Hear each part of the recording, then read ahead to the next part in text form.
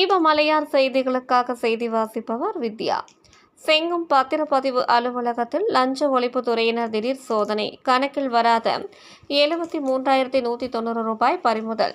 திருவண்ணாமலை மாவட்டம் செங்கம் பத்திரப்பதிவு அலுவலகத்தில் செங்கம் மற்றும் அதனைச் சுற்றி உள்ள கிராம பகுதிகளை சார்ந்தோர் புதிய நிலம் வாங்குதல், விவசாய நிலம், வீட்டுமனை பிரிவு, நில அடமானம் உள்ளிட்ட பத்திரப்பதிவு செய்வதற்காக ஏராளமானோர் வந்து செல்கின்றனர்.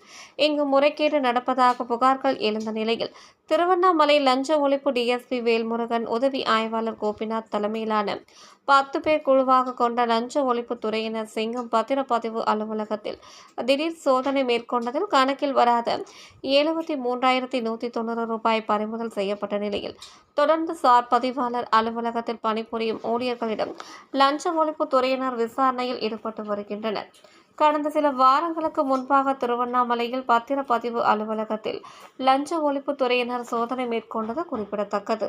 தீபமலையார் செய்திகளுக்காக தலைமை ஆசிரியர் வி. மூர்த்தி.